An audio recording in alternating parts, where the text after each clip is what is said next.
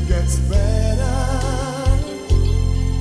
but could never be the same. If I could hear you call my name when you're coming to me.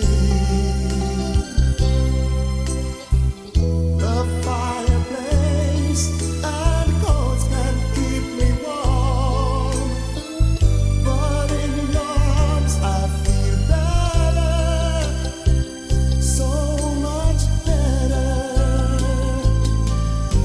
I wish I could be home for Christmas time with you. I wish I could be home for Christmas time with you. I wanna hold you in my arms for Christmas, share my love with you for Christmas. If there's somehow for the season wishes can come true, I'm wishing I was home with you.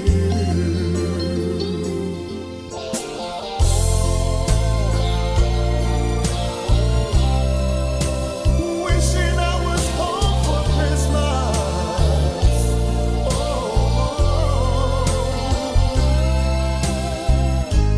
Chestnuts and Christmas trees, children in the snow, bright stars and Christmas bells, but still I miss you so. Still I miss you so. I wish I could be home for Christmas time with you. I wish I could be home for Christmas time with you. I wanna hold you in my arms for Christmas, share my love with you for Christmas. If there's somehow for the season wish this can come true, I'm wishing I was home with you. Your voice with the NRP. This and every Monday, 8:30 to 10 p.m. Join host Stevenson Manners and the NRP candidates as they amplify your voice. And we are saying a very pleasant good evening to you tonight. It's not Stevenson Manners, it's Carlisle Powell sitting in for Stevenson Manners. And Steve is away. Received a really nice honor on the weekend from the Navy's Association in South Florida. And so he's off island as I speak to you. But Steve, you know that we wish you well. And I'm just trying to sit in your chair this evening. And when you come back, I expect you to mark me and tell me how I did. I'm with Dr. Patricia Bartlett this evening. She's the acting leader of the Navy's Reformation Party, the leader herself being off island.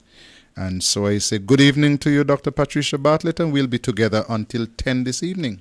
Good evening, Carlisle. I'm looking forward to that. It's always a pleasure, you know. I visit you as often as I can on Tell Me. I guess maybe I don't come as often as I should, so you came over on Your Voice, and so that's appropriate. We can exchange seats now and then, but it's a pleasure to have you as the host tonight. And let me just join my voice to yours in congratulating Steve for the honor that he received from those folks, the good folks down here in South Florida. I peeped in on this live while it was going on. I didn't see all of it, but I saw enough of it to be impressed. And of course, I saw my Brown Hill man there, Tony. Tony, it was good to see you. I hope you're back safely where you live. So tonight, Steve, I almost call you Steve, you see that? He's in a habit, boy. Carlisle, if you would allow me, I think this probably is my last Monday for December for 2025. And so there's some people who I must thank for being with us on this journey. You know, I always boast that this is a forum where we build awareness, you know, and we don't come here to waste time because we have to pay for the time. And so the exchanges have been good up to this point, and there's some persons who are in the audience and they let us know that they're there. And I would just like to acknowledge having them in the audience, viewing as well as listening. for 2025. And coming down, I could never forget, and I would never want to forget Montserrat. You know, Montserrat has been with us not only on Your Voice with the NRP, but he has been with us on the other platforms as well, the other talk shows. And so, Montserrat, it's a pleasure to have you with us in solidarity. We know you can't vote for us, but we appreciate the support that you give from where you're at. And of course, in the UK, you know, the people in the UK, they have to stay up after hours. I mean, they have to sacrifice some of their bedtime, and we really appreciate that. And in particular, I have a friend there. He used to go to Brownhill School with me, Miller. I know you're back in the UK now, and I would just like to extend greetings to you. In the US, I have my sister, who is a recent convert. She's now on the Your Voice with the NRP, but she didn't know before, you know, no fault of hers. And so she's now aware that we're here, and so she looks forward to hearing her sister and at least seeing me once a month. And so to my dear sister over there in the US, good evening. My nieces and my nephew, thanks for the support. And of course, I can't leave out my sister-in-law, Leonie. Carla, you boast about the people who send you your hot chocolate, but Leonie makes sure that I have my crackers. There's a special crackers that she supplies me with, and she always remembers her sister-in-law, and I really appreciate my sister-in-law. Leonie, good night, darling, and keep the crackers coming. And then, of course, to Twilla. I think that is her sidekick. Twilla is Leonie's sidekick. So to Twilla and Denny over there in the New York area. Ash, my cousin Ash. I can't forget my cousin Ash. As disgusting as it could be sometimes, that's my loving cousin Ash. And of course Hazel Claxton. Oh, she's a supportive person, you know. She's from Brownhill, and all Brownhill people are related, I think. And so good night, Hazel. And Keith, also from Brownhill, lives there in the New York area, and I think he might be here. I'm hoping he's still around, that I could see him before he leave for Christmas. Tanya, I love you, darling. Thanks for the continuing support. And Camilla, I can't forget my dear friend Camilla. We talk sometimes for hours on the phone, and sometimes, you know, my pot burn and all that. Annette, good night. Always a pleasure to have Annette in the house. And I miss the days that we walk around. Annette, I hope you'll come back for the pre-election walk around that we do from house to house. I really appreciate your support in that regard. And of course, we have Elva and Ellie, Hanley. Good night. Giselle, always there, always supportive, and she'll always remind me. She'll always send me a reminder, WhatsApp, you know, this show is on or that show is on. She's always with us, not just on Your Voice, but on the other platforms or the other shows that we have here at 2020. And we really appreciate that. Delhi. And of course, Dillis over there in the VI.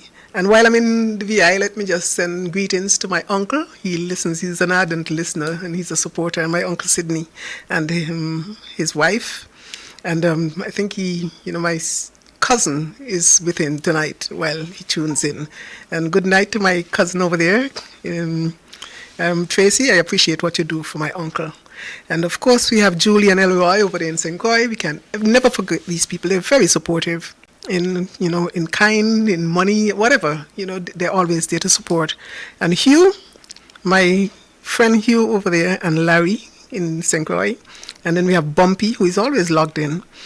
In St. Martin, Mr. Thomas, good night, Hugh.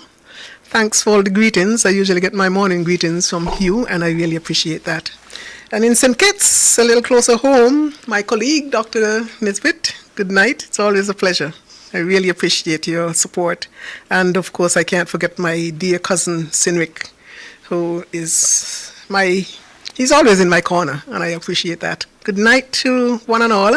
I can't call all the names. I have so many people out there, and I really would like to acknowledge everyone individually, but the time would not allow that. So I would just cut it right here while I'm ahead and just extend season's greetings to all who tuned in, who consistently tune in and support us. Whether you're here at home or you're abroad, we really appreciate you. If I would extend the privilege here now, while I have the mic, happy birthday greetings to Chanel. Chanel Penny Myers, I'm sending you hugs and kisses, dear. And I'm wishing you many, many more healthy and beautiful years. And I think that should do it for now for greetings. And so, welcome everyone to the show. And we're not going to sing. We already did the singing on Thursday, so we're not going to attempt to sing again. It's budget season here in Nevis, and of course I look forward to not just the budget but the audit report as well. And we had both presented by the Premier. He didn't stick around too long. He did the budget. He has been doing the budget since he became Premier in 2017 December. So from 2018.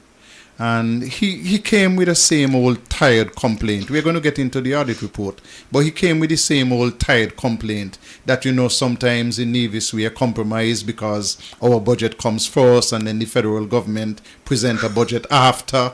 And so that normally sometimes, if there are tax measures, it affects us, as in the VAT last year, meaning this year for this year.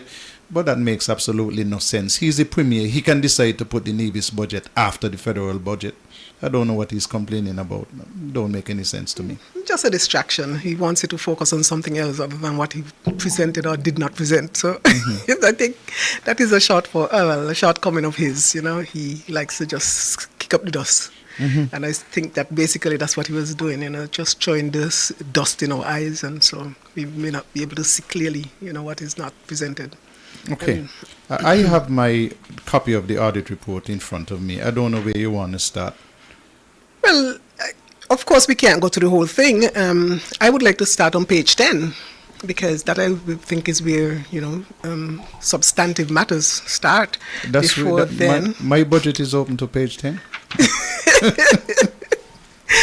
Good. So we are on the same page, literally on the same page. Yeah, Carlisle, I don't know how many persons out there would have already gotten a copy, and I'm hoping that they would have enough copies for most of Nevis, because it's about time we started to pay attention to these things. And I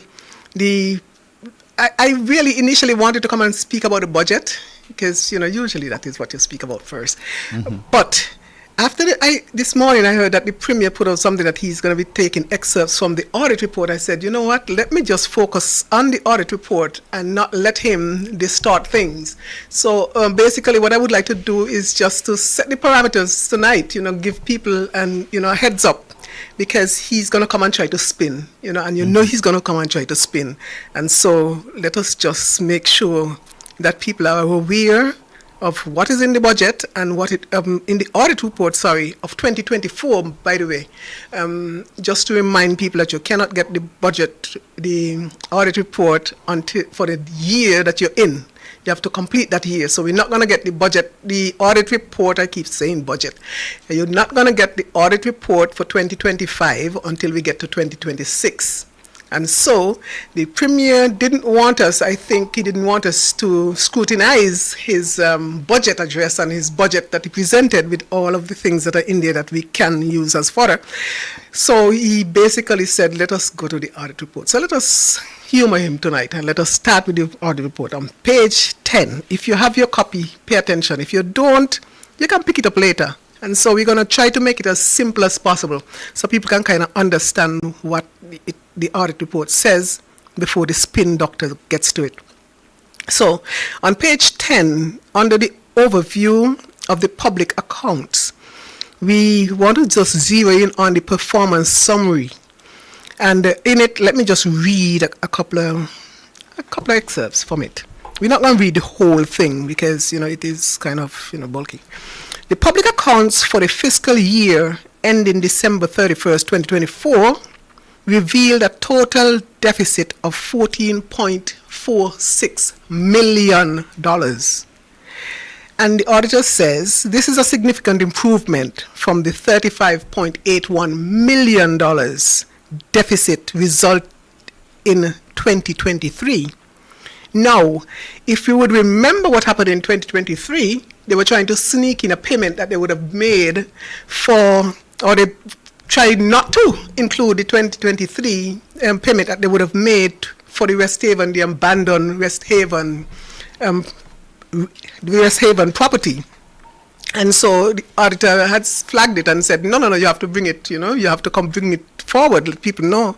And so they would have, kind of out them out on that one. And so the reason why they ended up spending so much money, because initially they said that they had approved an estimated overall deficit of $44.6 million. And so when we reflect on what they did, the auditor said, no, you have to tell the people about the West Haven payment that you made of $25.4 million. That is over and above what it was valued at the time. Even if you were to include all 6% interest over the period of time that it was just sitting there not being paid, they would have overpaid for whatever reason, and we had questioned it, and I have not heard any, up to this point at least, if a statement was made on it to clarify, I've never heard it. But there were some inconsistencies, Carlisle, if you remember, related to the purchase of the West Haven, or the payment that was made for West Haven, because they did it in two tranches. They had one where they would have paid 2-point-something million, and then they still came back again and paid another 25 million. So they overpaid on what was really owed on that abandoned property. And then we didn't know that they had paid $2.17 million for the Herbert's Beach property, or the lands over in that area, so they could keep the Culturama thing. And so that was also brought forward. And plus there was some strange acquisition of bus stops, for some $420,000. And so all these purchases, you wonder, at the time, you were trying to figure out, well, why is it they're spending so recklessly, and they knew the position that we were in, because every year it's a deficit budget, and they didn't even make an attempt, to make sure that they start to cut back on these kind of expenditures that didn't make too much sense all at once. You had these big purchases or expenditures being made. And so the auditor went on to say that the statement for the fiscal year, at the conclusion of the fiscal year 2024, the statement of revenue and expenditure indicates that actual revenue collected amounted to $235.6 million, and then the total actual expenditure reached as high as $250 million. So they knew that they were not taking in the monies to pay for these things, but still they went ahead. And anyway, at the end of the 2024, the deficit, the primary balance was 14,446,000. 464. Sorry? 14,464,000. Okay, 14.46 million. Sorry. Mm-hmm. Let's see. Right. You're right. And so when he comes and he says to you, look at the improvement that they have made, because I know that this is what he's going to be drawn to or try to point you to, that it is a significant improvement from the $35.81 million the year before. But now that we have explained, you have a better perspective, at least, a context to when he comes to say that it's an improvement over then, to know what he was trying to do then as it relates to expenditure. Now let us just skip over to page 12. And on that page, they have a nice table set out. And this table has a statement of the revenue and expenditure for the year that ended in the 31st December 2024. And what I would like to draw our attention to, because we have all the revenue streams that come under that, like taxes of income, taxes on property, those kind of things. And it comes down to capital expenditure and then principal payments. So let me just read for you the statement that followed the table. The statement of revenue and expenditure presents the data by source of revenue and by classification of expenditure. Taxes on income, shown in the table above, would show that this revenue source decreased. It decreased by $3 million, or 12.4% from the previous year. And it is shown significant turnaround from the increased gain in the previous fiscal year. And what this means essentially is that the taxes on income, like we said, have been going down, means that businesses, because that is what the taxes are on when you hear income, because we don't pay personal income. So it would be income that generated by businesses. And so if you hear that taxes on the income decrease, it means that businesses are making less money, or they would have made less money in 2024 in spite of the fact of what the Premier now going want to come to spin to tell you how it was such a good year and, you know, the gross domestic product and all them kind of things, he's going to try to confuse us. But we have to try to remember things in context. If taxes go down, it means that the economy is not doing so good. So last year, they had one song and dance and had some things posted on the internet about 5% growth in the economy in spite of what the IMF was saying, contrary to what the IMF was telling us. So obviously, there's a significant downturn in the economy, and it didn't just start this year. So you're going to hear that again. So do not let him fool us. Consider what the facts are and be guided accordingly. Now, let's go to page 13.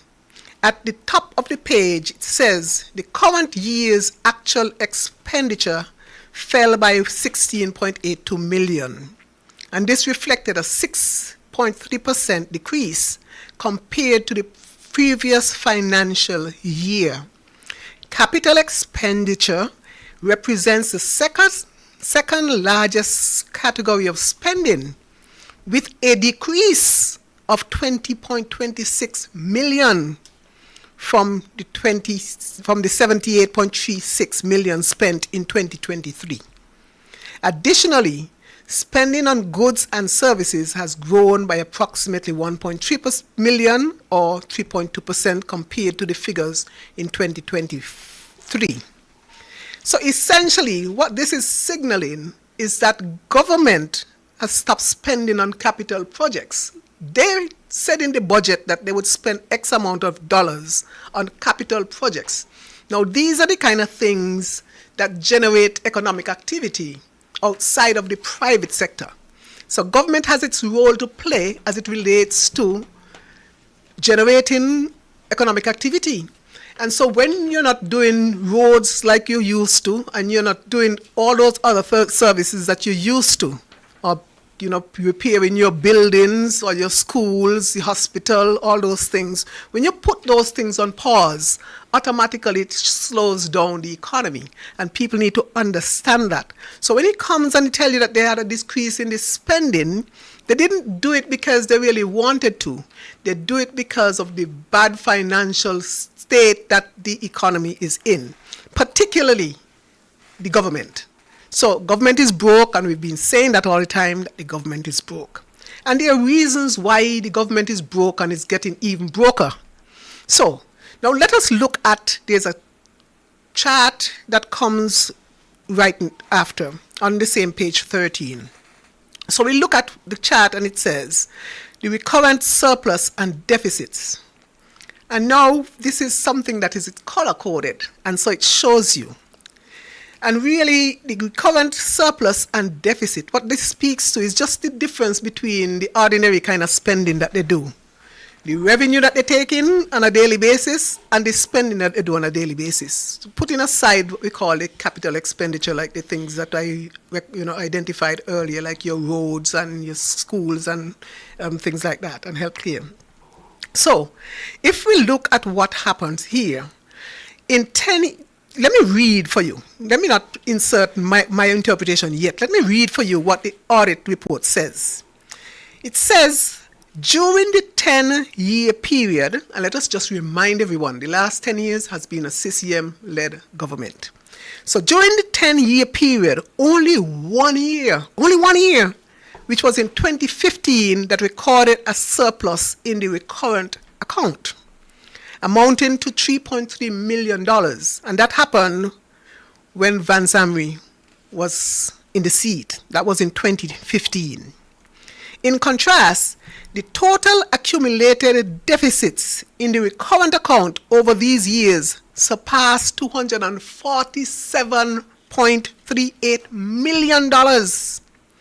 This significant shortfall highlights persistent fiscal challenges and raises concerns about the sustainability of financial management practices over the years, emphasizing the need for strategic interventions to address the underlying issues contributing to such deficits. Now, essentially what the audit is saying in diplomatic language is that you have had bad management. Totally. Bad management, Carlisle. And you know, the third prime minister would have said that that we have the best, we have the bad manager over here. He doesn't spend well. And this audit report stops short of saying, CCM, you can't manage. Give somebody else the wheel. Period. You know, if I were to put it in any other language, I would not be, you know, doing justice to it. Essentially, that is what the audit probably saying, you know, these people need to get out because they have no clue. When you look at the deficits that have been accumulated over time, let me just read for people what is here in the pretty table. Because one thing with them, you're going to get things in color, you know, and it looks nice. And, you know, it's nicely presented, and I must commend the auditor for that. In let's start 2018, because Vance would have served his time up to 2017, so let's leave that out. But his deficits will tame compared to what you're going to hear here. The overall surplus and deficits, and stick with me for this one, because something may seem unusual, but it is not. I'll explain. Okay? In 2018, the first year of the Brantley administration, the overall surplus and deficits, they just say surplus or deficit. Sometimes it's surplus, sometimes it's deficit, so we'll explain. The first year, it was deficit of $18.22 million. 2019 rolled around. He doubled up on that. Well, not double up, but almost. He went to 26.78. Mind you, these are accumulated, mind you. The one he had, they set it aside. He accumulated $18.2 million and he added it onto the budget and onto the debt, and we keep going forward. So we're rolling forward. In 2020, this chart is showing that we have a $11.63 million surplus, and the Premier is going to try to fool you as it relates to that particular surplus, but I'm going to put it into context for you in a minute. In 2021, we went back to a deficit of $17.7 million. In 2022, we had another surplus of $6.29 million. 2023, a deficit again of $35.8 million. In 2024, a deficit of $14 million. Okay, so before I move into explaining to you the context of this, let me just read for you what the auditor said. The historical data reveals a multi-year trend characterized by deficits, meaning that we spend more than we earn. With only 3 years experiencing surpluses, notably, surpluses were recorded in 2015 at $408 million, like I said, that was before Brantley. In 2020, at $11.6 million. In 2022, at $6.29 million. Throughout the remaining 7 years illustrated in the chart, accumulated grand deficit of $139.7 million was incurred, with the highest deficit occurring in 2023, which I would have said to you was $35.8 million. Following an election year. This significant increase in the deficit can be linked to various factors, including the typical rise in government expenditure and changes in budgetary focus that follow an election year. So if we can remember, let us take you back. In 2020, we had an election, right? What happened in 2020? We had a surplus. But the reason why we ended up with a surplus was because Mr. Brantley borrowed $81.5 million against our name. So he borrowed $81.5 million. He spent as much as he could to impress people. And then the extra that left back, he put it there and said, this is surplus that we manage. He's trying to fool people. Likewise, the same thing happened in 2022 when we had an election year. And in that year, Mr. Brantley borrowed $94.6 million against our name. The same trend. Borrow money to look good, to show up his position. And at the end of it, at the end of the squandermania, the balance that left, he put it forward as if these are monies left from the fiscal prudence of managing money properly. And so you have this extra money to show you as a surplus, which distorts the entire thing. If you did not know or look for the information as to what actually happened in 2020 and 2022, you would think that these guys had pulled back and said, Lord, we're going into an election year. Let us make sure that we spend judiciously so that if government changes, these people have money to spend when they get in. No. Contrary to that, I did the work, and it is worthy of note that for these 2 years that they had Mr. Brantley return surpluses, which he's going to try to highlight now and take credit for. If you were not minded, you are now on alert. You know that when he comes, that is hogwash. You know that he made us into a worse off situation just because he had an election to impress people. And so be mindful of that when he starts to spin. All right, Carlisle, let us just skip over to page, I think that is page 17. Page 17. And on the page, it is nicely set out, these cash flows, some investing activities, cash flows, some finance activities, blah, blah, blah. And what I would like to point our attention to is the cash flow. Because we've been telling people all the time that the NIA is broke. And people don't have an appreciation as to how broke is broke.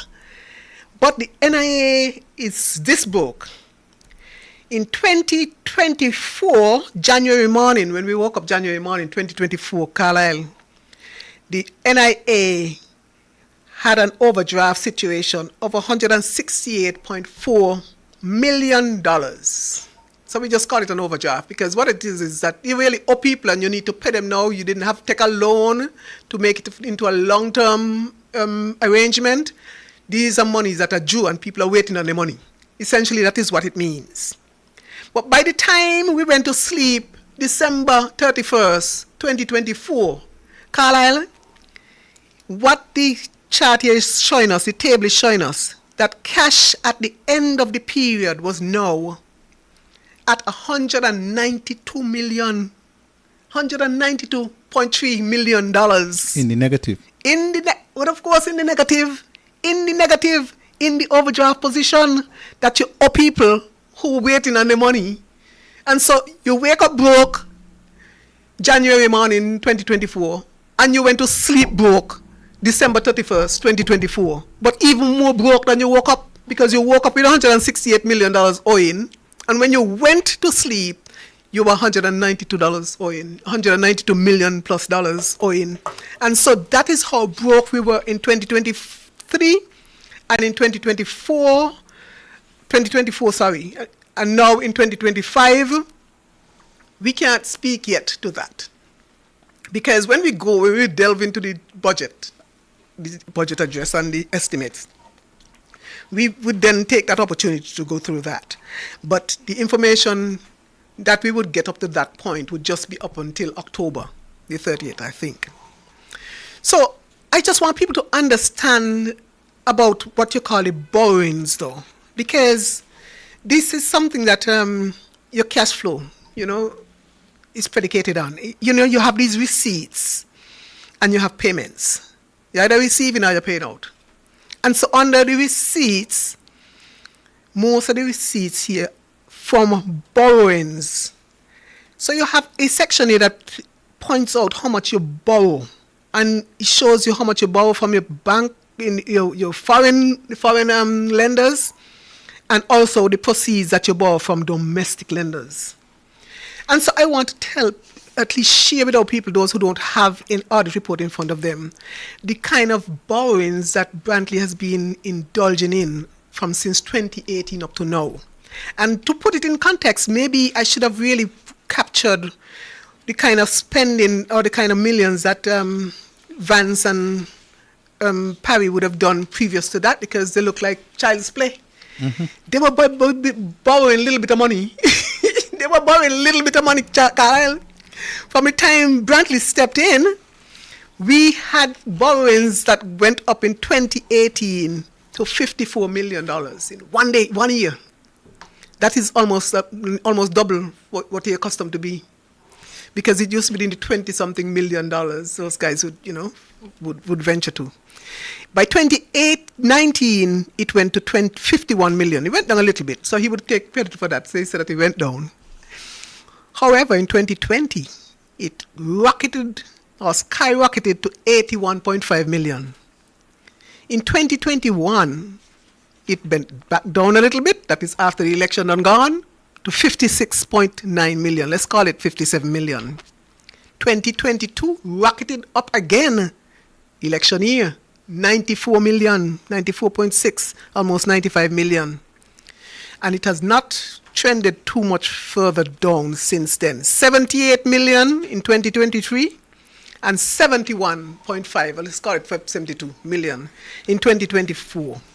Now, people need to understand that I'm just calling these numbers, but they add up.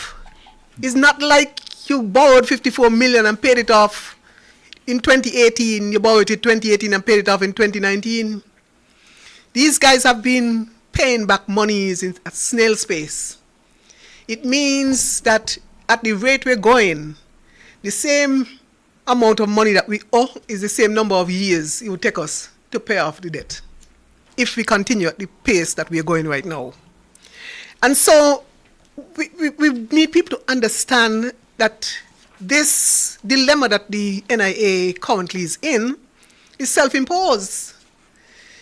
There's no reason in a small economy like ours that we should have been racking up all these monies. Because these are monies, you're talking about borrowings, these are separate and apart from all the monies that he boasts and he tell you about, that increase in VAT receipts and whatever money is collected at the port from customs charges and all those things that seem to be trending up. They're trending up, but they're not making a difference to the behavior or the spending behavior or fiscal irresponsibility of this current CCM NIA. Now, if we go to page, let's skip over to page 19. Okay, just briefly. We have a nice pie chart there, and it shows you how the budget, how resources by, revenue by sources. So it tells you about the capital revenue, the non-tax revenue, the tax on domestic goods and consumption, the tax on property, the tax on income, the tax on international trade, all those things. But what I would like for us to pay a little attention to is the statement that is made just below that. It said the graph said above indicates the capital revenue constituted 30% of the total revenue collected, marking a 4% decline compared to the previous year's figure.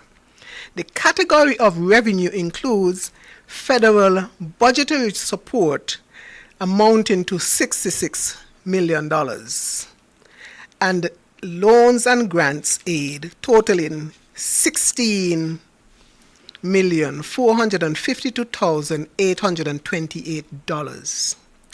Now, the reason why I said let us pause right there, just to make a note, is that this signaled probably the last time that we would ever get those kind of returns from CBI. This is a year that, in addition to the 66 million that we got, we also got grants and some soft loans. And so 2025,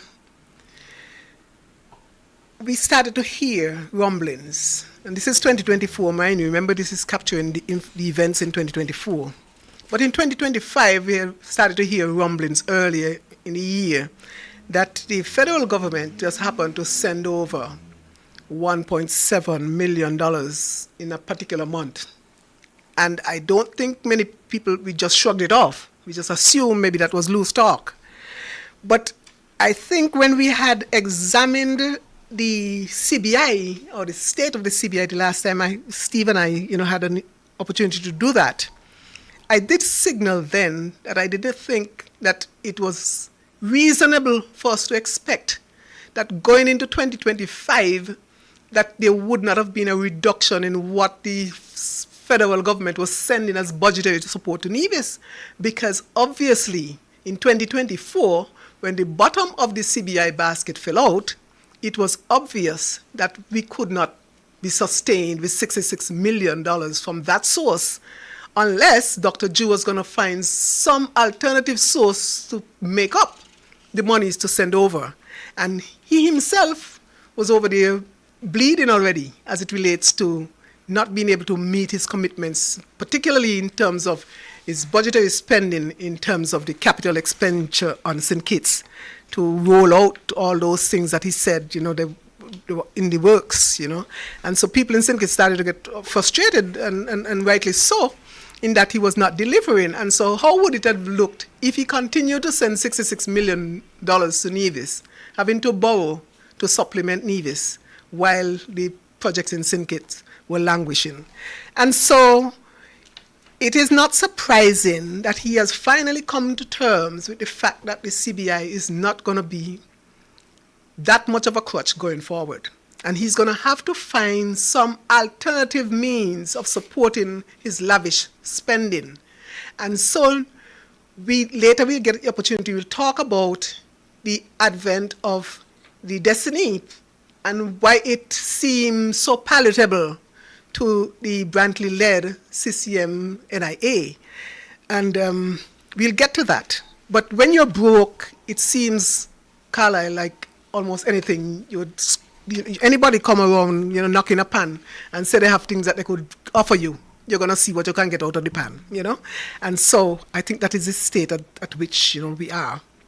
Now, continuing on, if we were to skip to page 21, there's under the Premier's ministry, I think this would have been, let me see what the statement of revenues is on the revenue.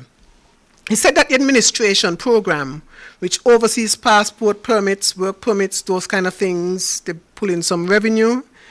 The only thing I think was worthy of note is that for some reason they're not pulling in the kind of monies that they used to on the work permits, and I don't know on what the issue is there. I was hoping that we'll get an explanation for it. So when the Premier addresses these things, maybe he can give us an idea as to why is it it has fell off, it has fallen short, their target, by some 37.3%. There was a decline there. And so if he could give us an explanation for that, we would really appreciate that. I might have to remind you that during election years, they have this waiver. Remember, they reduced the work permit fees, and I'm told that some of that carry over, so that people, even though the period has passed, and people come and say, hey, listen, you made me the promise, I voted for you, that kind of thing still... Carla, I have that as a footnote, but I want the Premier to come and tell us. Okay.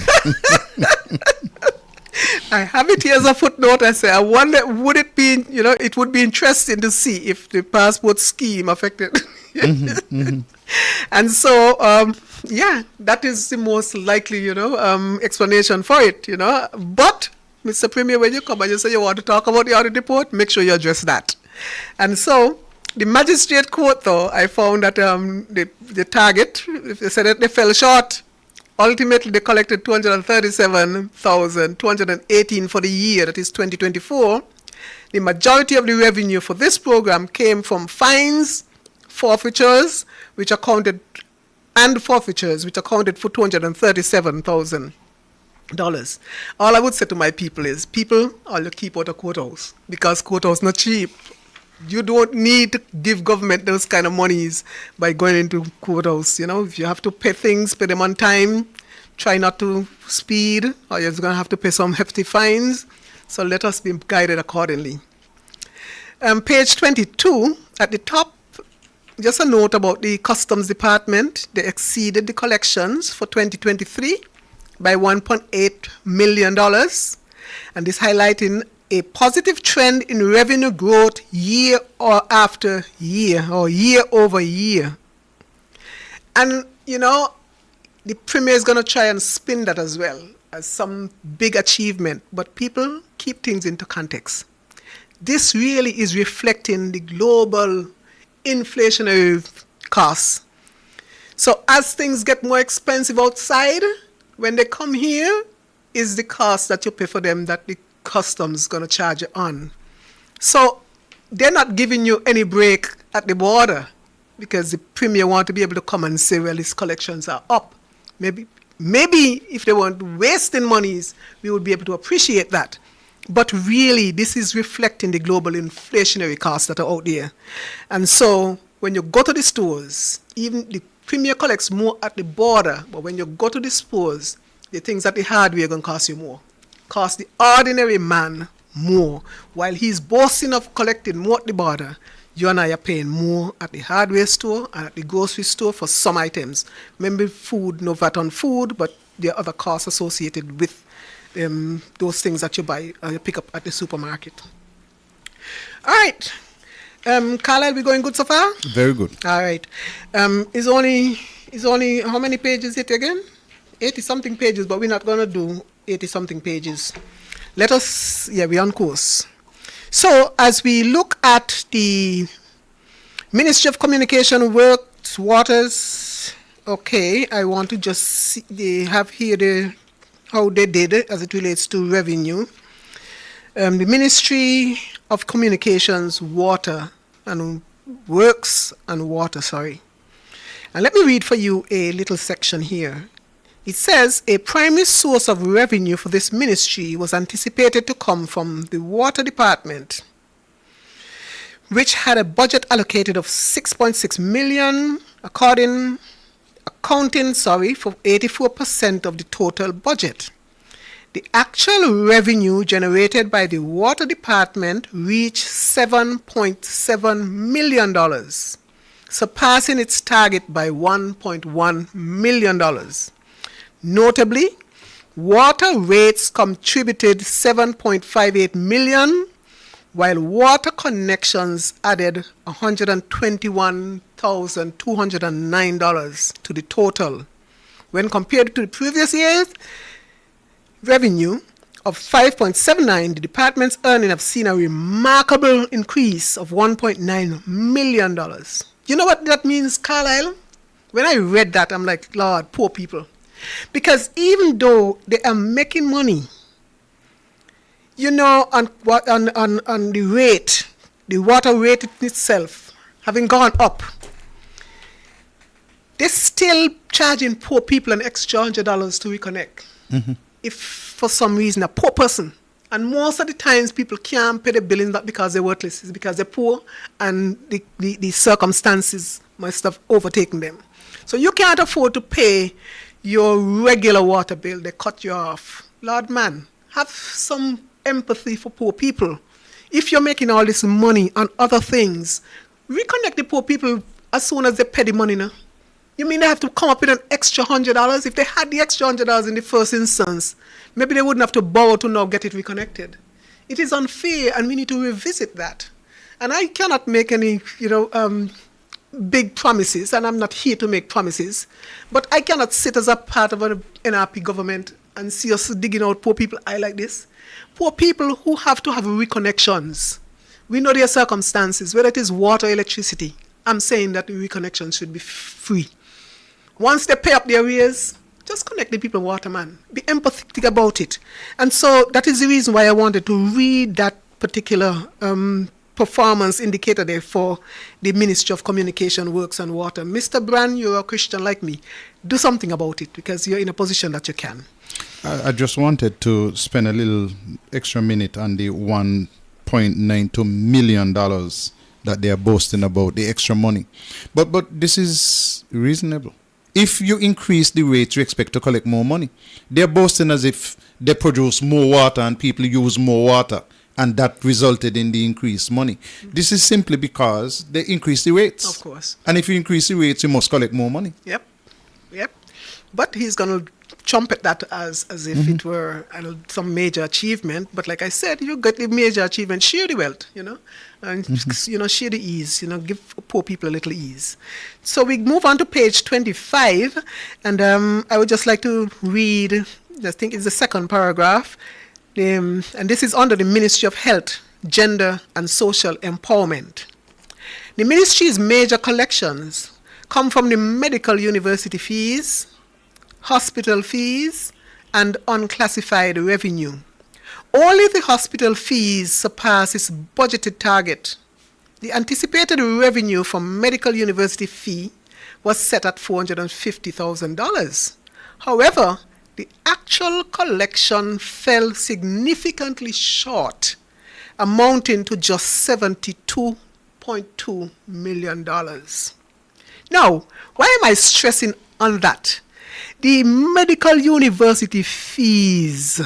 This is a place that they used to collect handsomely from. As a matter of fact, that is what the projection is based on. That is why they budgeted, expecting that they would get $450,000. I said million? $1,000. And they just came up with just 72. I mean, that you're way, way short. You're way, way off. What is going on? I don't understand why they're performing, or the Medical University of the Americas is not performing, at the level that has been anticipated. I just don't understand why. So maybe the Minister, Janelle, did she give an explanation? I'm not so sure because I didn't listen. So if someone's out there and you can advise us, please. Or if, Janelle, if you're listening, please let us know why is it that the MUA is underperforming and COVID done long, long time. Because in 2023, Carlisle, a similar circumstance, presented itself, but it was even worse. Because then they budgeted for $600,000 from MUA, and they got $0.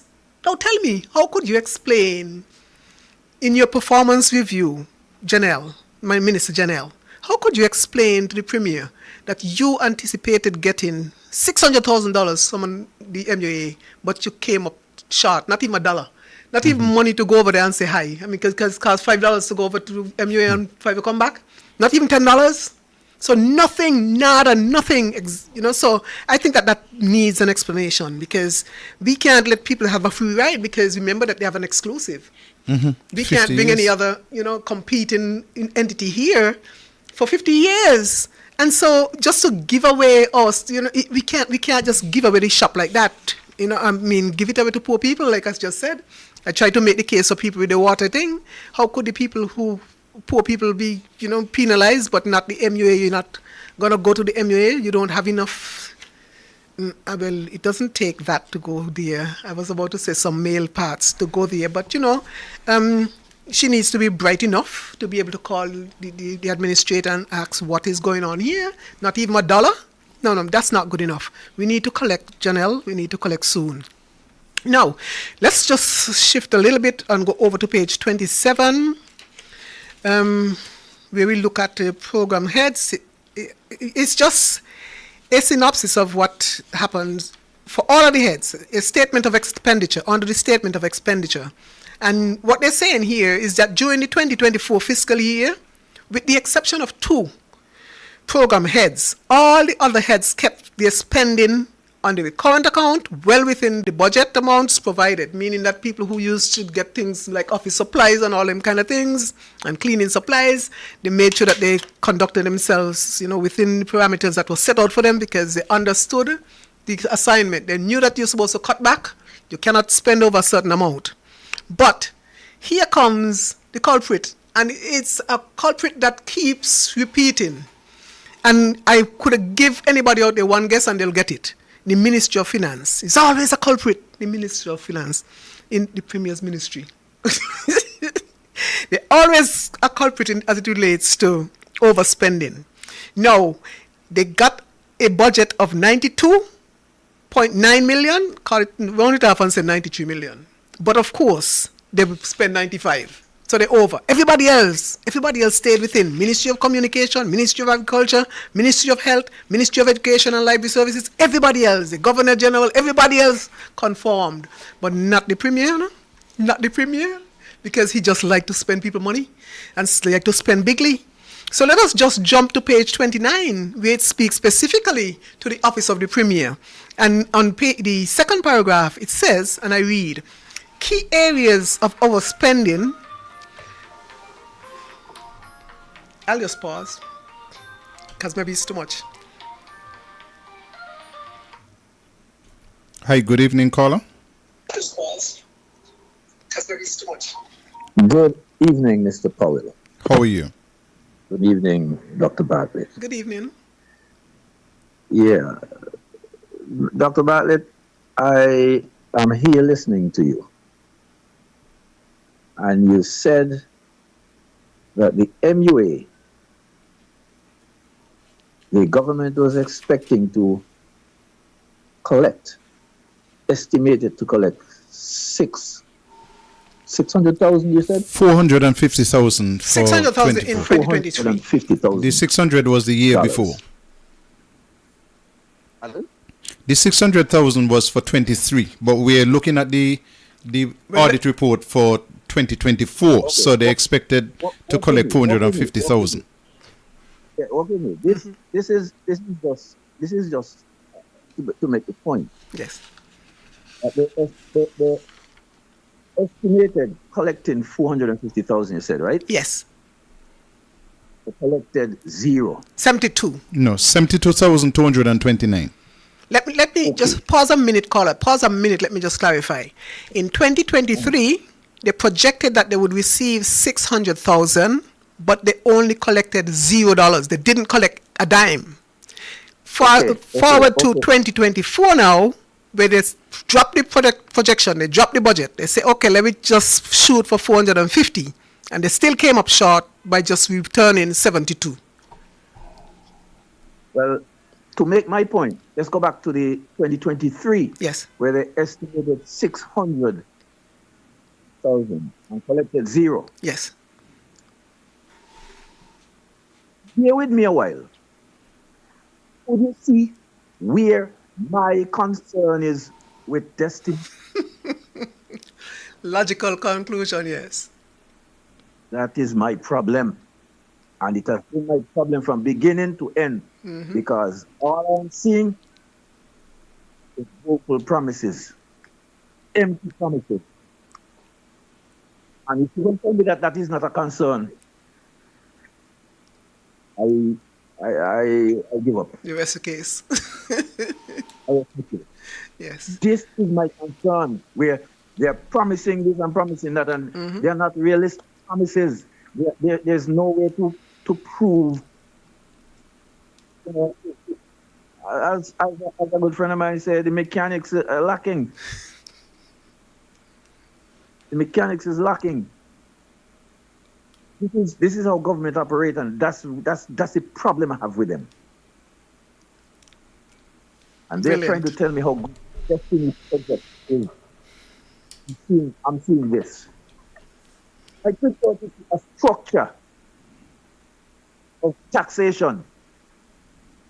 Remember, local businesses don't get them kind of breaks, you know. Right. But I found them coming and they could get them, and that I have a problem with that too. I have a problem with that.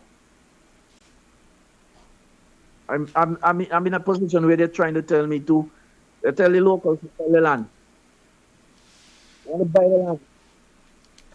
Then they come over there, they're gonna give them jobs.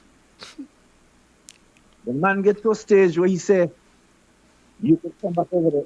When you don't give away land to them, you could come back over there and invest. What could go?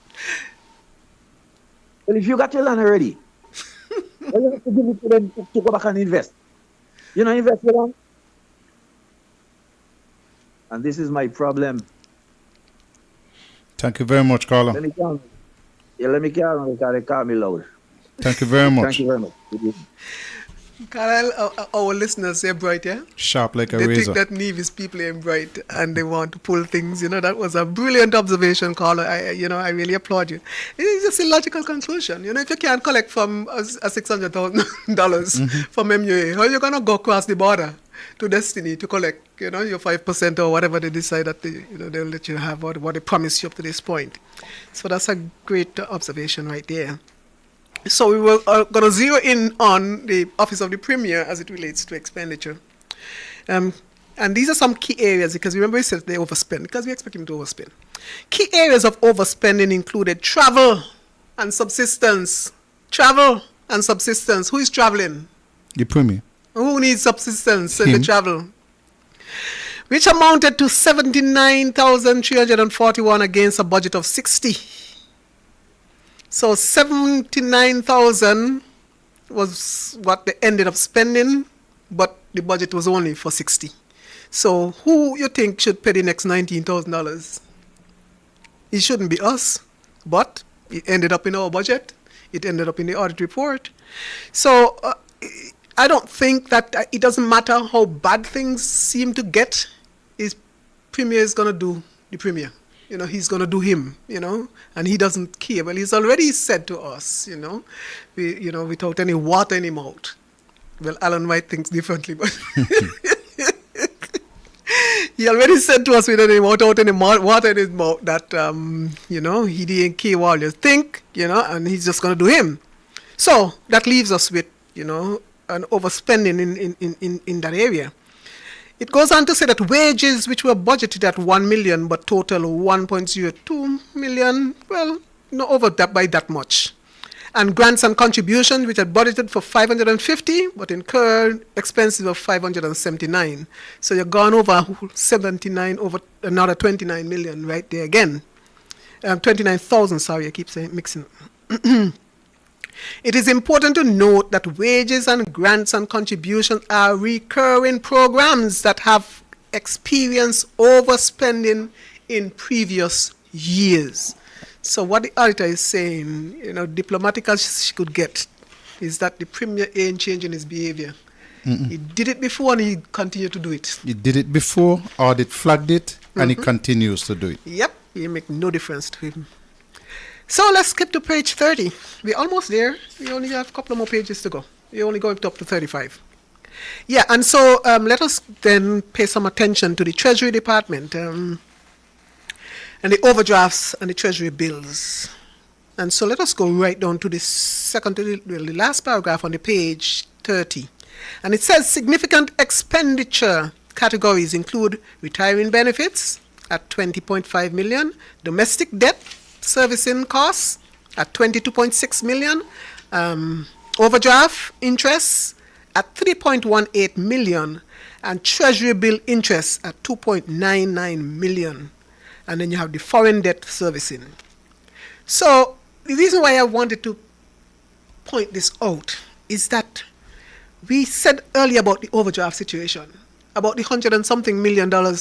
You went to sleep, and wake up and 190 something. So what people need to understand is that every time the Premier comes up with an overdraft, it may not be a bank, transaction. We generally speak about the situation with Treasury bills as well, because they seem to have this running tab with Treasury bills, that even if they approve $10 million of Treasury bills during the year, they would refresh that. And so they have two different offerings. And so when they came to us in the budget and they say that they want $130 million in order to raise some revenue, and we say, okay, we sign off on that, they ain't come back to us with a supplemental appropriation, They just take it up on themselves and they go and they reissue Treasury bonds. And we're talking about these T-bills, which are like 90 days. So why you have T-bills for 90 days running a whole year? Because those Treasury bills that mature a little slow, for the people who understand about Treasury bill, what it is basically is just an instrument. You go to the government want money to raise some money, they take your money and they give you a slip of paper and they say, okay, well, it's going to mature. You give us some money in January. In December, it is 365. In December, when you come, we're going to give you an interest rate on that is higher than what the bank would give you. So it's better you give us your money and let us keep it for a year rather than carry it by one of the commercial banks. And so that is how it makes it attractive for people to want to lend the government money through that vehicle. And so when they do that, it costs us more money than if they were to go to a bank and regularize the loans that they have and pay a lower interest rate. And so people who understand money would say to them, and the IMF understand money, the IMF has said to them, stop with your foolishness, stop with all these high interest loans that you're pursuing, because overall it worsens your financial situation. And the IMF has been saying that now almost every time you open the IMF report. And they're still not learning. They still decide that they're going to do as they feel like. So in 2023, the overdraft interest was just the interest, because you got to pay back the money, that the initial amount that you owe them in a short period of time. And that puts a lot of pressure on the treasury. So sometimes you go there and you expecting a small change, Carlisle. You might be expecting a $2,000. Well, let me call it smaller than that. You might be expecting a $250. And you go there this week and the good gentleman, they smile at you and say, well, I haven't seen anything, And he's so pleasant. You're willing to tell you, come back next week. And he's so pleasant. A shout out to my, godson. And you come back next week. And my godson is so pleasant, he'll always, by the time you leave, you're calmer, but you still didn't get your money. Mm-hmm. And so those are the kind of pressures that they put on the Treasury Department. And sometimes I'm sorry for the poor kids. Well, let me not call them kids. Sorry, I take that back. For the young people who work there, because, having to sometimes dodge from people because they see you coming and they know the money not there. It's not easy. No, it's not. And these are the kind of pressure they put on the system. All these short-term loan facilities, that, are so expensive and these high interest rates. So that is why we kind of pause on that for a little while. Now let us go over to page 32. We're almost there. We have just 2 more pages to highlight and then we're done. Under public works.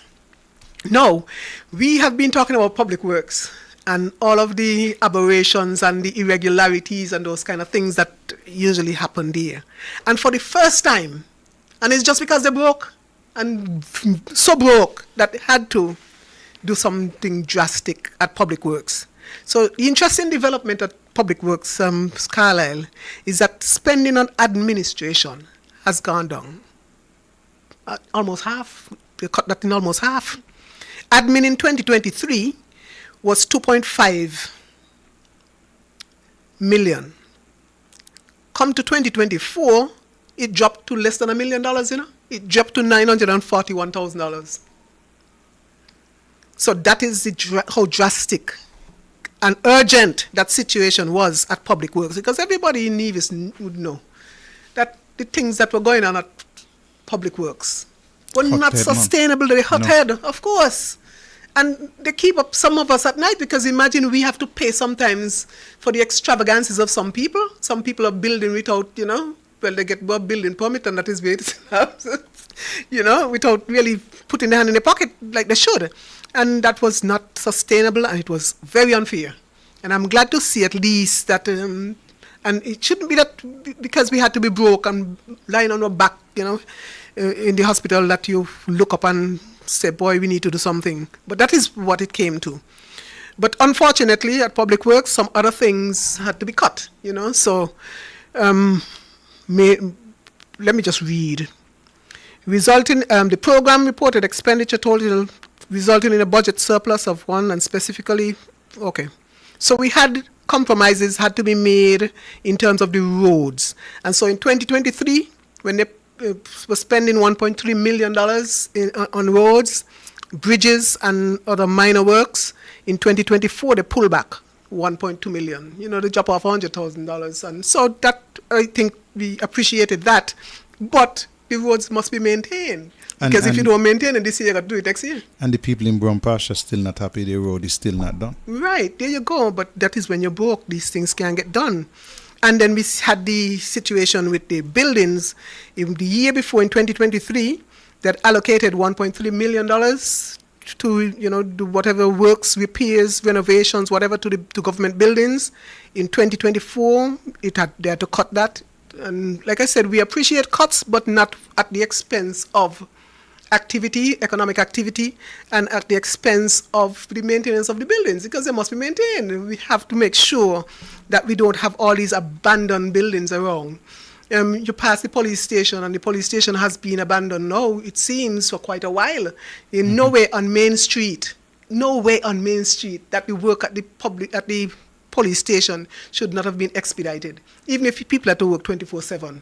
The work at the police station should have been completed by now, but it seems like we're going on 2 years now, and the police station is still there, barricaded, and with a toilet in the front, right in the front, where you could see it when you walk past. And I'm like, get some national pride, take that toilet up. That's just an aside, people, sorry about that.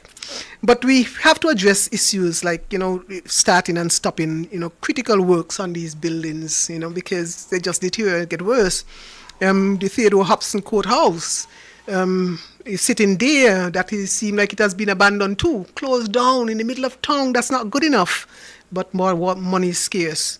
Then the water department, you remember they moved out of a building right there at the back of the tourism authority. And that building has just been sitting there. I don't know what any kind of remedial work, any kind of renovations have been done to it. But they are out. And what this means is that every time you move out of a government building and you move into a private space, you have the attending rent to pay. And so at some point you're going to see, I realize that not too much fuss was made or even mention was made of the rent situation of properties. The only mention I saw there was public health, and we'll get to that on the next page. So let me just skip down now to the water department. We're looking at developments that have happened over in 2024. And I want us to zero in, though, on the situation at the water department. Listen to this. The department received a budget of $4.4 million and utilized $3.5 million, resulting in a net saving. Saving is good. The administration and billing division accounted for expenses totally 1.3, while the production activity incurred costs of 1.04. The distribution activity had expenses of 1.19. Now listen carefully to this.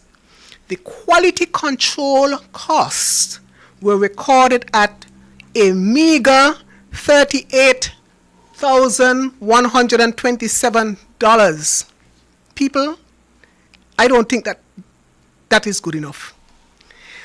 This is alarming, and I think it needs an explanation. So when the Premier comes with his spin on the audit report, please, Mr. Premier, before you come, consult with Mr. Brand and find out why is it we are compromising on quality control. Is it just in the name of cost? Because I have not heard any presentation or any explanation that preceded this action that suggested that maybe we had some kind of automation of this system, the quality control system, and so we make jobs redundant, and so maybe that is what has cut costs. Because when we look at what we have been spending on water quality control up to this point, it seems to me that this 2024 aberration, because that is what I'm flagging it as something that is out of the norm. In 2024, we spent $38.1 thousand on quality control. We're talking about water, people. We're talking about water, which is a source that all of us need. On the vehicles, when they pass you, the water department, the vehicle, say water is life. We need to make sure that we have good quality water reaching our people. I understand the Premier say he doesn't use the water from the mains because I guess he set up. But not everybody have that luxury. Some of us buy water to drink. Me, I buy water for everything except to bathe and wash my clothes. I buy water to drink. I buy water to cook with. I am playing with it. And so I now understand, and I'm saying it's a good thing I've been doing that. So many people getting sick. I'm not blaming the water and saying that is what it is. We need to rule out these things. We need to make sure we have things in place. So when we start probing about things that are happening in the community, we can rule out water. Because water is something that is a fundamental right to everybody. Every human being deserves to have clean, potable water. You not play with that. And so let me just explain to people why I say that this is an aberration, why I say that this needs to be looked into. Because in 2023, the year before, they spent $120,000 on quality control for water, meaning that you're going to test the water and you're going to see if it needs to be treated. Basically, that is what that part of it, the operation means. And so in 2022, I'm going backwards. They spent $114,000 on quality control. In 2021, it's 86. So why is it we have cut the budget that is allocated to making sure that people get clean water, making sure that you have the quality of water, that you can have the level of confidence in, that you can go to the tap, turn it on, and take a cup and drink your water straight. Some people can't afford to buy bottled water. We got to do better than this. Well, this is troubling. It means they have reduced it down to 33% in some instances of the previous budget. Yes, of course. You do the maths. And that is alarming. And we need an explanation for that, And I'm not telling people, I'm not going to give you any advice because I don't know what the quality of the water is right now. All I'm going to say is that I personally am not comfortable with the level of, that is going into the quality control. Because like I said, if he had made a statement and said, look, we have now upgraded our system, and it is at the point now where these are the interventions we have made, and so your quality is assured. But we can applaud that kind of cutback. I cannot applaud all of the cutbacks before. I could applaud them. I cannot applaud this particular cutback, not as it relates to the quality of the water that our people have to drink. Mr. Premier, you got to fix that and fix it fast. Mr. Brand, I don't know. You're sleeping on the job, man. You can't have something like this end up in an audit report without an explanation. It's one thing for it to end up in the report, but you must have an explanation, and a valid one. You can't just come in a flim-flam excuse for that. Now, let us go to page 33. We're winding down, and we're almost all the time. So we're not going to get to the destiny thing, but anyway, we had an insertion already for destiny tonight. On page 33, Carlisle, under the Ministry of Health, Gender Affairs and Social Empowerment. And I want to just read 1, 2, 3, 4 lines down, the fourth line coming down in the first paragraph. Of the 7 programs under this ministry, all achieve savings, contributing to an overall saving total of 6.68 million for the ministry. We're talking about the ministry that deals with health, the ministry that deals with gender affairs, the ministry that deals with social empowerment. Now, this ministry has been starved for funding, trust me. They allocated a budget and they had ample time to make sure that the programs that validated or supported or justified that kind of money in the budget were executed. These people had enough time to execute these programs. It is troubling that when you come to social empowerment that you're going to cut back money, send back money. You don't do that. I don't think that is a genuine reflection as to what happened. It's not like somebody had some fiscal, discipline kind of lecture the day before and decided that we're going to cut back because we could do this and do that. What this means is that we are starving our people of the basic services that were afforded to them in 2023 to make their life a little more comfortable. That is what the Ministry of Health, Gender Affairs, Social Empowerment, that is what they do. I'm seeing almost every month they have to go out and give people packages, care packages and those kind of things. You're cutting back on those kind of things, Carlisle.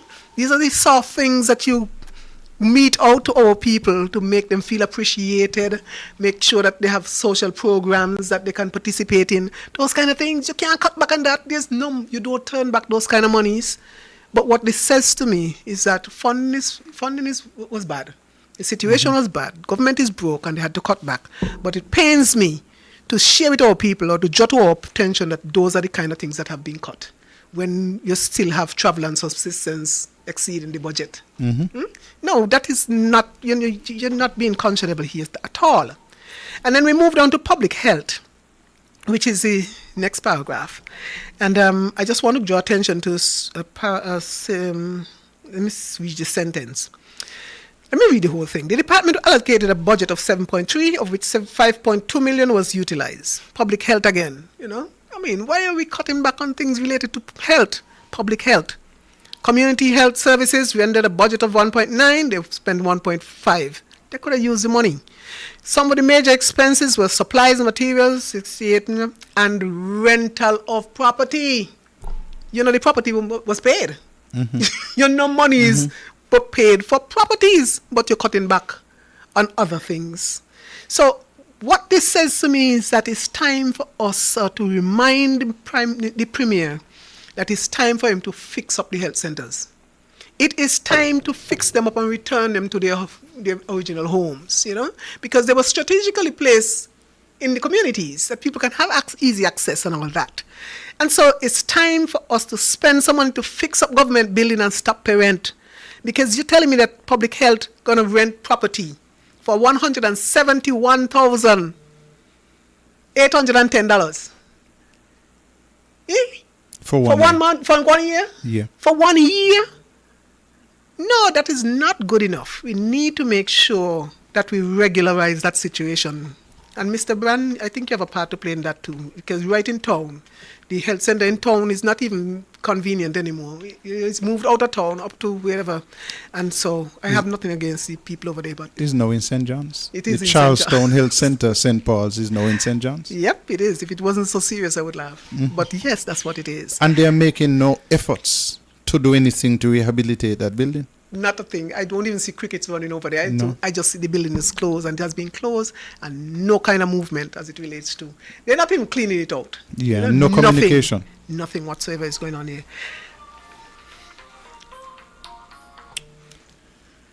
Let's say good night to the caller. Good evening, caller. How are you?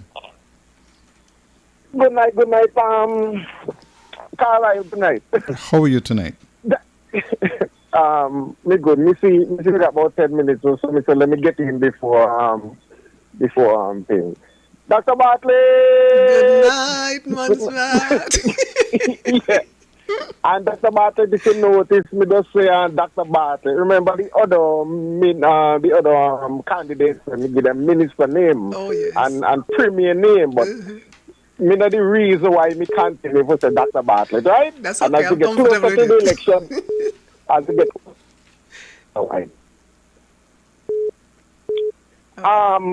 pertaining to the water, and you said one while ago, then raise the reconnection fee.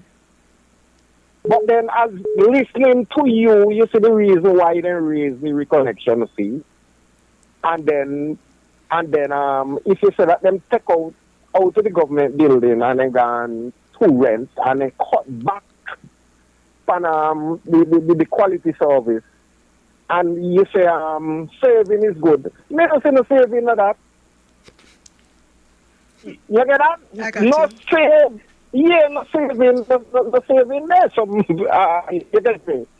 And other things, but because of the time, I'm going to forget to explain. But shout up Jam Down before you go, because Jam Down is a really good cheerleader. Okay then, sure. Yes. And Merry Christmas then. when it comes. Thank you very much. Yeah, Merry Christmas. Yes. Okay then. Yeah, so we're winding down, and I just want to maybe look at the conclusion, because at the end the auditor would have made a statement, and it talking about the accomplishments of the fiscal discipline. That is what she kind of highlighted there. What stood out for me though is that usually in the conclusion, it used to be that we were having issues related to missing documents and order in process, all pointed at public works. And for the first time in a long time, we are not seeing that as an issue. And so I would want to applaud whoever made the decision, Mr. Brand, maybe it's you, to take away the order book from whomever. And to bring things into conformity as it relates to the standards that have been established, as it relates to the order in process And so we are happy to mention that, there are no issues that have been flagged in 2024 as it relates to missing documents, as it relates to order in process. So it seems as if things are on track the way they ought to be. And so 3 cheers to those people who made that possible, because it probably took a lot of courage to do that, because we know the kind of forces that would have been behind that, the political forces that would have tolerated that kind of behavior for as long as it did. Because remember that when these things happen... Hi, good evening, caller. Carla, good night. And Dr. Bartlett. Good night, How are you? On Mouse Chat, I'm right here listening now. It's woman time in a Mouse Chat. It's women time. And we're gonna clean the table. Dr. Bartlett, I want to ask you a question. You think that the time is right for us to start thinking to put an injunction on the SSV? It's over. Because It's that over is what time. a lot Yeah. of people saying in Bastille. Well, yes, I agree. I agree that We that is a have move. to That, stop here with them kind of talks about, oh, he looking forward to sign off on it by the end of the year. right. This is how we don't gotta move on them in a Carlisle. We cannot let these people get away with that deal, because they come into Bastille after, Man don't take money, we hearing in the Circus Carlisle. Man don't take money from the Libertarian them, and they ain't walking think it's Nevis, And the Premier got to understand that. Have a good night. Good You night. Thank going you very good much. with the budget. This is where we want. I educate the public and the young ones them. Let them know how money spent. The man is a bad spender. Yes. Any high school child, any sixth farmer could tell you, Matt Wentley is a bad spender. I ain't looking for Timothy to tell me that. Me could know that me a street man. Have a good night. Thank you very much. Merry Have a good Christmas night, when it Jamdam. comes, Jamdam. Yes. And so I was saying, yes, this is how we mitigate against the risk of fraudulent fund, the misappropriations and those kind of talks, So I'm glad that we put a ceiling on that. However, one thing that was flagged in the conclusion from the audit report is that the spending has dramatically escalated on electricity, the use of electricity. I don't know if when they move into these new buildings or when they abandon government buildings and move into other buildings, if they carry in the electricity of everybody. I don't understand why it has moved from 9.6 million up to 12. I mean, $3 million in a year. That's significant. It is significant.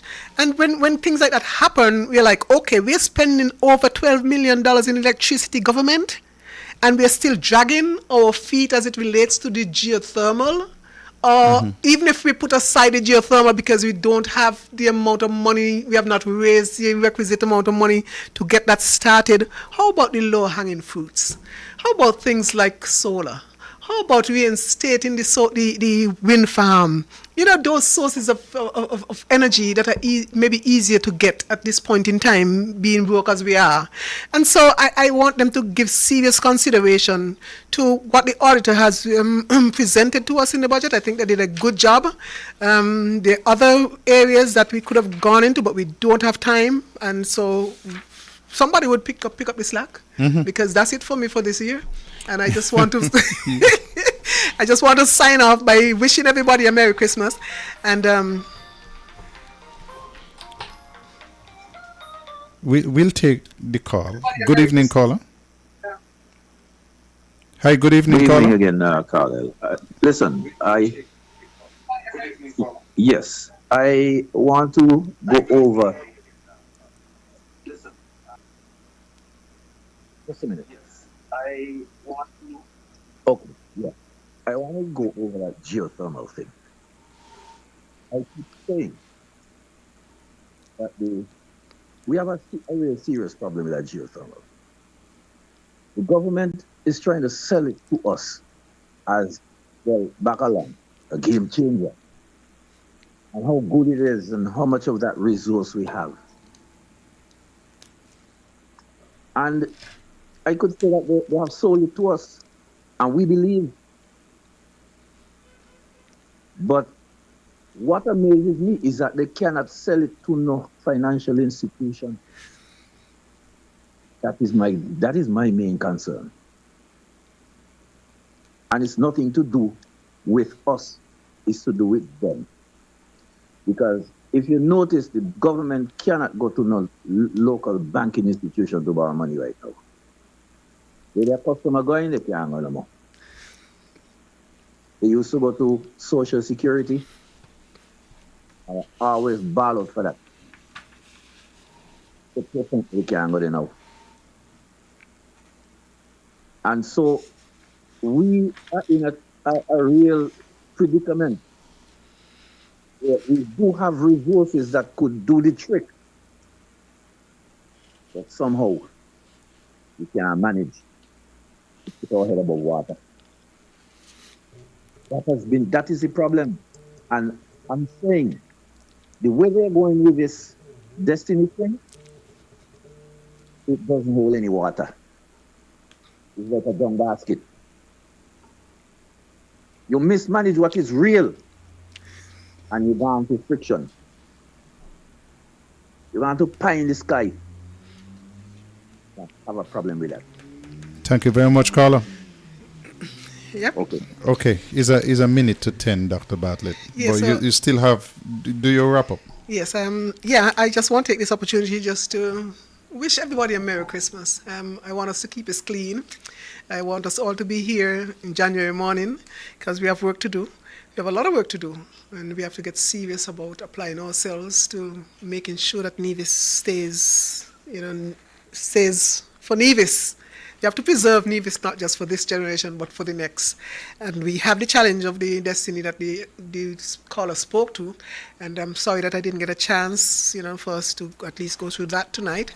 But there would be other opportunities. I would just like to take this opportunity to invite people out on Saturday. We're having a rally because this destiny thing is not going away so easy because the Premier has already indicated that he's going to sign the agreement. And we have not even seen the project proposal yet, let alone the development agreements. And so that is troubling because he's signing on our behalf and we don't know what it is that he's committed to. And so he's saying, well, after he would have signed it, then he's going to take it to get it ratified. So that really bypasses us.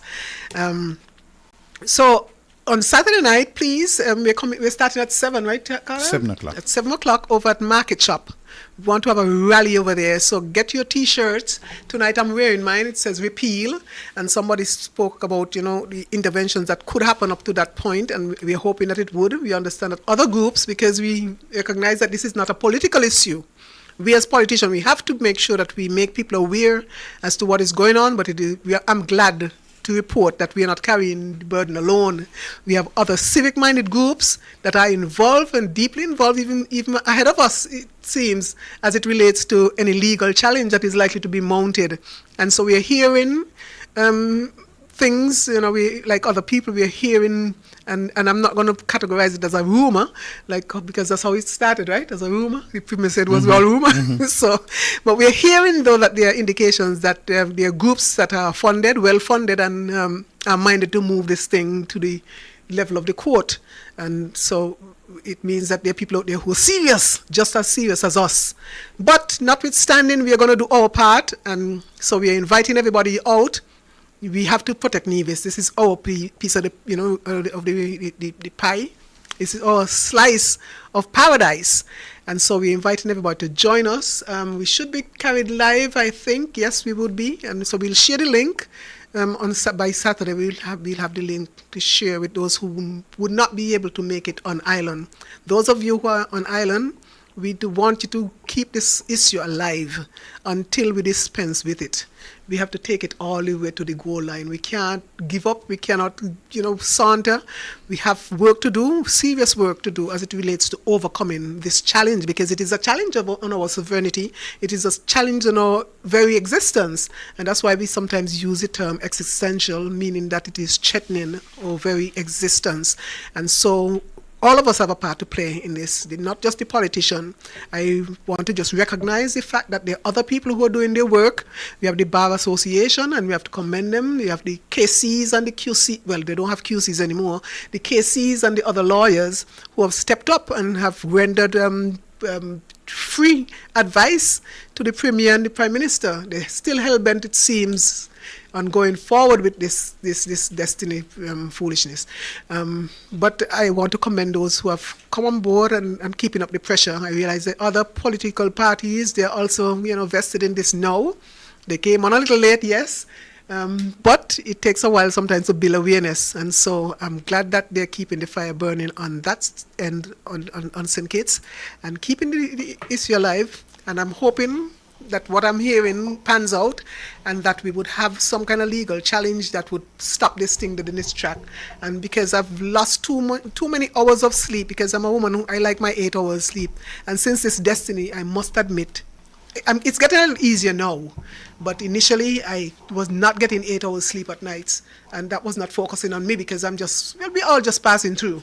But I've spent more years, I have more years behind me than I have ahead of me, and so I'm mindful of the fact that we must leave a legacy. We must make sure that our people are preserved as a people, our heritage and all that good stuff, we belong, and we can't let people just push us aside and marginalize us.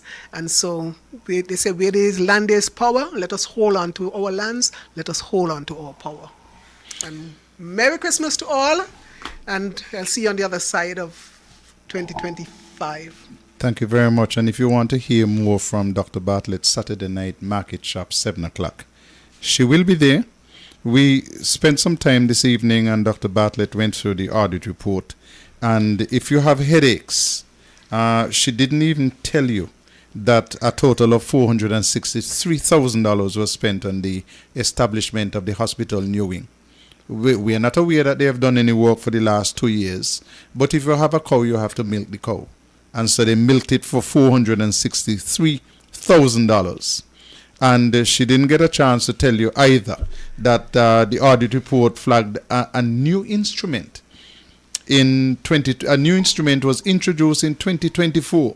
The TDC Financial Services 2024 mortgage of lands, with an allocation of $3.6 million. That's in the budget. These guys are taking money wherever they can get it. And as a result of that, the public debt at the end of the year 2024 was at $548,968,879. So that's more headaches for you. Brantley and his gang don't care about money. They will spend it wherever they get it. Next week, Monday, somebody else will be hearing your voice with the NRP.